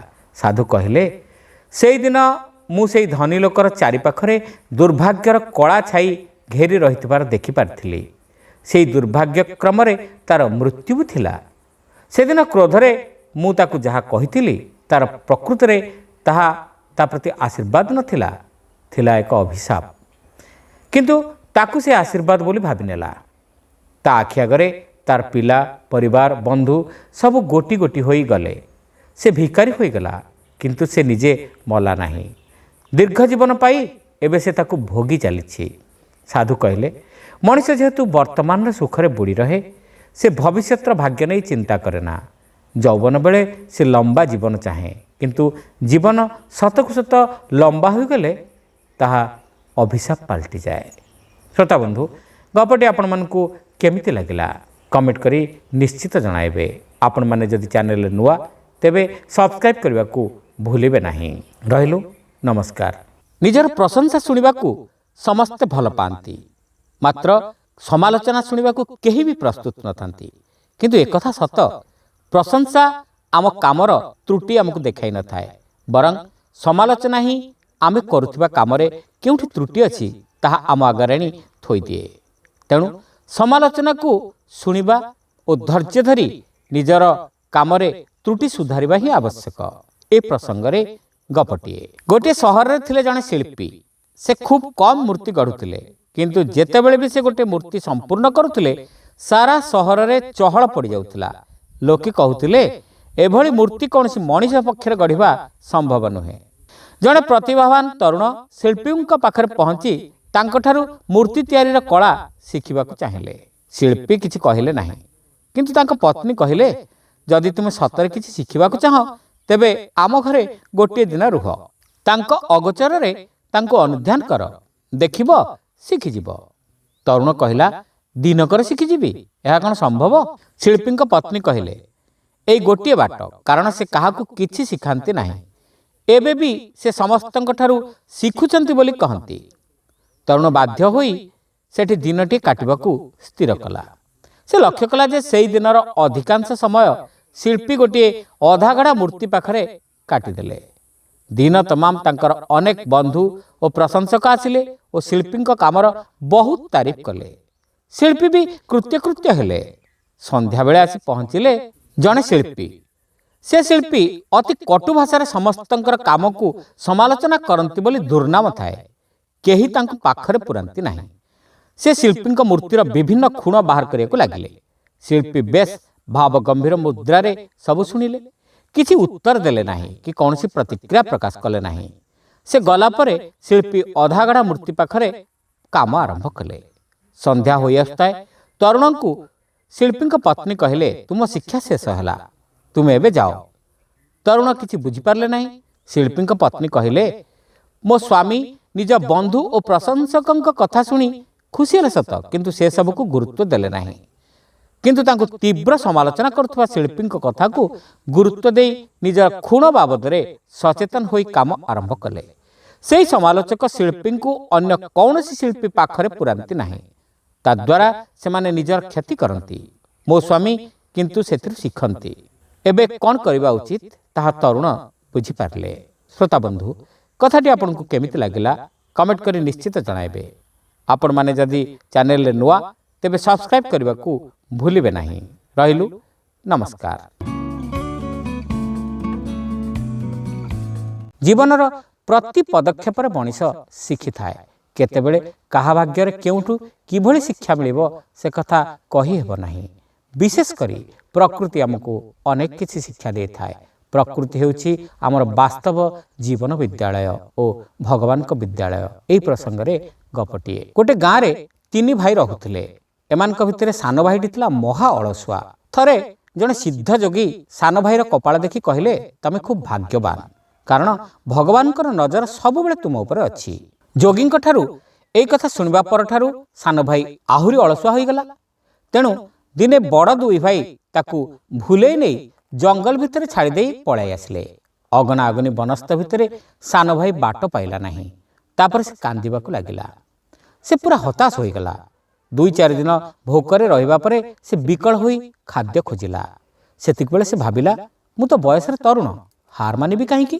ଚାହିଁଲେ ଏ ଜଙ୍ଗଲ ଭିତରେ ନିଜେ ବି ବଞ୍ଚିପାରିବି। ଏବେ ଆଳସ୍ୟର ପ୍ରଶ୍ନ ଆଉ ତା ପାଖରେ ନଥିଲା। ଜଙ୍ଗଲରେ ବଞ୍ଚିବାର ଅର୍ଥ ହେଲା ପ୍ରତିକ୍ଷଣ ସଂଘର୍ଷ କରିବା। ସେ ତା ଆରମ୍ଭ କଲା। ବେଳେବେଳେ ସେ ଭାଙ୍ଗି ପଡ଼ୁଥାଏ, କିନ୍ତୁ ପୁଣି ମନକୁ ସଜାଡ଼ି ନେଉଥାଏ। ବଞ୍ଚି ରହିବାର ସଂଘର୍ଷ ତାକୁ ଗଛ ଚଢ଼ା ଶିଖାଇଲା। ସେ ନଈରେ ପହଁରି ପାରିଲା, ଗଛ ବୃକ୍ଷ ଚିହ୍ନି ପାରିଲା, ଧନୁ ତୀର ଓ ବର୍ଚ୍ଛା ତିଆରି କରି ଶିକାର କରିପାରିଲା। ସେ ପୁରା ବଣୁଆ ପାଲଟିଗଲା। ସିଦ୍ଧ ଗୁରୁଙ୍କର କଥା ମନେ ପଡ଼ିଲେ ସେ ଭାବୁଥିଲା ଯେ ସିଦ୍ଧ ଗୁରୁମାନେ ବି ଆଜିକାଲି ଠକ ପାଲଟି ଗଲେଣି। କାହାକୁ ଆଉ ବିଶ୍ୱାସ କରିବ? ଦିନକର କଥା, ଜଙ୍ଗଲକୁ ଶିକାର କରିବାକୁ ଆସିଥିବା ରାଜାପୁଅ ଓ ମନ୍ତ୍ରୀପୁଅ ବାଟ ଭୁଲିଗଲେ। ସେମାନଙ୍କୁ ଏ ଅବସ୍ଥାରେ ପାଇ ସାନ ଭାଇ ସାହାଯ୍ୟ କଲା ଓ ଦୁହିଁଙ୍କର ପ୍ରାଣ ବଞ୍ଚାଇଲା। ଦୁହେଁ ରାଜଧାନୀକୁ ଫେରିଲେ। ତାପରେ ସ୍ୱାଭାବିକ ଭାବରେ ସାନ ଭାଇ ଉପରେ ରାଜକୃପା ବର୍ଷିଲା। ସେତେବେଳକୁ ସେ ବେଶ ସମର୍ଥ ଓ ପାରଦର୍ଶୀ ହୋଇସାରିଥିଲା, କାରଣ ସଂଘର୍ଷ କରି ଜଙ୍ଗଲ ଭିତରେ ବଞ୍ଚିଥିବାରୁ ସେ ଜୀବନରୁ ଅନେକ କିଛି ଶିଖିପାରିଥିଲା। ତା ପାଖରେ ଅଳସୁଆପଣ ନଥିଲା। ସୁତରାଂ ତାକୁ ସୈନ୍ୟବାହିନୀରେ ଗୋଟେ ପଦ ମିଳିଲା। ଏଥର ସାନ ଭାଇ ସିଦ୍ଧ ବାବାଙ୍କର କଥାର ଅର୍ଥ ବୁଝିପାରିଲା। ତା ଉପରେ ଭଗବାନଙ୍କର କୃପା ଦୃଷ୍ଟି ଥିଲା ବୋଲି ସିନା ଭଗବାନ ତା ଲାଗି ଗୋଟେ ବିଦ୍ୟାଳୟ ତିଆରି କରିଦେଲେ ଏବଂ ବଡ଼ 2 ଭାଇ ତାକୁ ଯେଉଁ କାରଣରୁ ବି ପଛେ ହେଉ ନେଇ ସେହି ବିଦ୍ୟାଳୟରେ ତାକୁ ଛାଡ଼ି ଦେଇ ଆସିଲେ। ପ୍ରକୃତିର କୋଳରେ ରହି ସେ ଅନେକ କଥା ଶିକ୍ଷା କରିପାରିଲା। ଶ୍ରୋତାବନ୍ଧୁ, ଗପଟି ଆପଣମାନଙ୍କୁ କେମିତି ଲାଗିଲା କମେଣ୍ଟ କରି ନିଶ୍ଚିତ ଜଣାଇବେ। ଚ୍ୟାନେଲରେ ନୂଆ ହୋଇଥିଲେ ସବସ୍କ୍ରାଇବ୍ କରିବାକୁ ଭୁଲିବେ ନାହିଁ। ରହିଲୁ, ନମସ୍କାର। ଜଗମୋହନ ଓ କୁମାରଦେବ 2 ମିତ୍ର। ଆଧିଭୌତିକ ବ୍ୟାପାର ଏବଂ ହବୁ ବିଦ୍ୟାରେ 2 ଜଣଙ୍କର ଭାରି ଆଗ୍ରହ। ତେବେ ଦୁହେଁ ଧରିଲେ ଭିନ୍ନ ପଥ। ତନ୍ତ୍ର ମାର୍ଗରେ ଗଲା ଜଗମୋହନ। କୁମାରଦେବ ଜଣେ ଯୋଗୀଙ୍କର ଶିଷ୍ୟତ୍ୱ ଗ୍ରହଣ କଲା। ଅନେକ ବର୍ଷ ସେମାନେ ପରସ୍ପର ଭେଟାଭେଟି ହୋଇନଥିଲେ। ଏକଦା ରାତିରେ କୁମାରଦେବ ତା ଘର ଦରଜାରେ କେହି ମୃଦୁ କରାଘାତ କରିବାର ଶୁଣି କବାଟ ଖୋଲି ବାରଣ୍ଡାକୁ ଆସି ଦେଖିଲା ବେଳକୁ ସମ୍ମୁଖରେ ଉଭା ଜଗମୋହନ। ଆରେ, ଗୋଟାଏ ଯୁଗ ପରେ ତତେ ଦେଖୁଛି ଜଗୁ। ଲୋକେ ତୋ ବିଷୟରେ କେତେ କ'ଣ କହନ୍ତି। ତୁ କୁଆଡ଼େ ନାନାଦି ହବୁ ବିଦ୍ୟା ଦେଖାଇ ସମସ୍ତଙ୍କୁ ଚମତ୍କାର କରିଦେଇପାରୁ। ସେ ଯା ହଉ, ଏତେ ରାତିରେ କେମିତି ଆସିଲୁ କହିଲୁ? ପଚାରିଲା କୁମାରଦେବ। ଭାଇ, ମୁଁ ଲୋକଙ୍କ ଆଖି ଖୋସି ହୋଇଗଲା ଭଳି ନାନାଦି ଚମତ୍କାର ଦେଖାଇବା ସମ୍ପର୍କରେ ଯାହା ଶୁଣିଛୁ ତାହା ଠିକ୍, କିନ୍ତୁ ସେସବୁ କାମ ପ୍ରକୃତରେ ମୁଁ କରେ ନାହିଁ। ଗୋଟାଏ ବିଶେଷ ତାନ୍ତ୍ରିକ ସିଦ୍ଧି ବଳରେ ମୁଁ ଗୋଟିଏ ବେତାଳ ଶକ୍ତିକୁ ଦାସ ବନାଇ ପାରିଛି। ମୁଁ ଯେଉଁ ଆଦେଶ ଦିଏ ସେ ବେତାଳ ସେଇ କାମ କରେ, କିନ୍ତୁ ସର୍ବଦା କୌଣସି ନା କୌଣସି ଚମତ୍କାର ପ୍ରଦର୍ଶନ ପାଇଁ ମୁଁ ତାକୁ ଆଦେଶ ଦେବା ଦରକାର। ସେତିକି ଛଡ଼ା ସେ ଅନ୍ୟ କୌଣସି ବ୍ୟାପାରରେ ମୋର ସହାୟତା କରିବାକୁ ସକ୍ଷମ ନୁହେଁ। ଏତକ କହି ଦମ୍ ନେଲା ଜଗମୋହନ। ତାକୁ କୌଣସି ଗଠନମୂଳକ କାମରେ ଲଗାଉନୁ। କେଉଁଠାରେ ହୁଏତ ବନ୍ଧ ଭାଙ୍ଗି ଯାଇଥିବ, ସେଠି ଯାଇ ମାଟି ପକାଇ ସେ ବନ୍ଧ ବାନ୍ଧୁ। ପରାମର୍ଶ ଦେଲା କୁମାରଦେବ। ତାହା ସମ୍ଭବ ହେଲେ ମୁଁ କ'ଣ ତାକୁ ସେମିତି କାମରେ ଲଗାନ୍ତି ନାହିଁ? ନା, ଖାଲି ଯେଉଁଥିରେ ଅନ୍ୟମାନେ ଆଚମ୍ବିତ ହେବାର ସମ୍ଭାବନା ଥିବ ସିଏ ସେଇଥିରେ କେବଳ ମୋର ସହାୟତା କରିବ, ଅନ୍ୟ କେଉଁଥିରେ ନୁହେଁ। ଆଚ୍ଛା କହିଲୁ, ମୁଁ କ'ଣ ସବୁବେଳେ ହବୁ ବିଦ୍ୟା ଦେଖାଇ ଚାଲିଥିବି? କିନ୍ତୁ ବର୍ତ୍ତମାନ ଅବସ୍ଥା ଏମିତି ହେଲାଣି, ମୁଁ ତାକୁ ବରାଦ କରିବା ପରିବର୍ତ୍ତେ ସେ ସର୍ବଦା ମୋତେ ବରାଦ କରୁଛି। କାମ ଦିଅ, କାମ ଦିଅ। ମୁଁ ଶୋଇପଡ଼ିଥିଲେ ସେ ଆସି ମୋତେ ନିଦରୁ ଉଠେଇବ, କାମ ଦିଅ। ମୁଁ କାହା ସହିତ କଥାବାର୍ତ୍ତା ହେଉଥିବି, ଦୁଃଖ ସୁଖ ହେଉଥିବି, ସେ ଆସି ମୋ କାନ ପାଖରେ କହିବ, କାମ ଦିଅ। ମୁଁ ବିରକ୍ତ ହୁଏ, ଗାଳିଗୁଲଜ କରେ, କିନ୍ତୁ ସେ ତ ମଣିଷ ନୁହେଁ ଯେ ଅଭିମାନ କରିବ ବା କ୍ଷୁବ୍ଧ ହେବ। ତା ଭିତରେ କୌଣସି ପ୍ରତିକ୍ରିୟା ହୁଏ ନାହିଁ। ସବୁ ଶୁଣି କହିବ ଶେଷରେ, କାମ ଦିଅ। ମୁଁ ବଡ଼ ଭୋଗିଲିଣି, କ'ଣ କରିବି କହିଲୁ? ଜଗମୋହନ କଣ୍ଠରୁ ତାର ଉତ୍କଣ୍ଠା ବେଶ୍ ବାରି ହେଉଥାଏ। କୁମାରଦେବ ଟିକେ ଚିନ୍ତା କଲା। ତୋର କୁକୁର ଅଛି? ହଁ, ଭାରି ଭଲ କୁକୁର, ଉତ୍ତର ଦେଲା ଜଗମୋହନ। ତାର ଲାଞ୍ଜ ଅଛି ତ? ହଁ ଅଛି, ବେଶ୍। ଏହାପରେ କୁମାରଦେବ ଜଗମୋହନ କ'ଣ କରିବ ତାହା ବତେଇ ଦେଲା। କୁମାରଦେବ ପାଖରେ ଜଗମୋହନ ଯେ ଯାଏଁ ରହିଥିଲା, ବେତାଳ ତାଠୁ ଦୂରେଇ ଯାଇଥିଲା। ସେ ବାଟକୁ ବାହାରି ପଡ଼ିବା ମାତ୍ରେ ବେତାଳ ତା କାନ ପାଖରେ ଆରମ୍ଭ କଲା, କାମ ଦିଅ, କାମ ଦିଅ ନା। କାମ ତ ଅପେକ୍ଷା କରିଛି, ତୁ କୁଆଡ଼େ ଥିଲୁ? କାମ ଅପେକ୍ଷା କରିଛି? କେଉଁ ପ୍ରକାର ଚମତ୍କାର କାମ ମୋତେ କୁହ ତ, ମୁଁ ଶୀଘ୍ର କରିଦେବି। ଶୁଣ ବେତାଳ, ମୋ କୁକୁର ସହ ତୋର ଭାରି ବନ୍ଧୁତା ନା? ହଁ ମାଲିକ। ଶୁଣ, ମହାପୁରୁଷମାନେ କହିଛନ୍ତି ସବୁଠୁ ବଡ଼ ଚମତ୍କାର ଆଉ ସବୁଠୁ ଆଖିଦୃଶିଆ ହବୁ ବିଦ୍ୟା ହେଲା ତାର ବଙ୍କା ଲାଞ୍ଜକୁ ତୁ ଯଦି ସଳଖ କରିଦେବୁ, କିନ୍ତୁ ତାକୁ ଯେମିତି କଷ୍ଟ ହେବ ନାହିଁ। ଯା, କାମଟା ଆରମ୍ଭ କରିଦେ। କିନ୍ତୁ ସେ କାମ ତ ମୁଁ ଆଖି ପଲକରେ କରିଦେବି। ସତେ?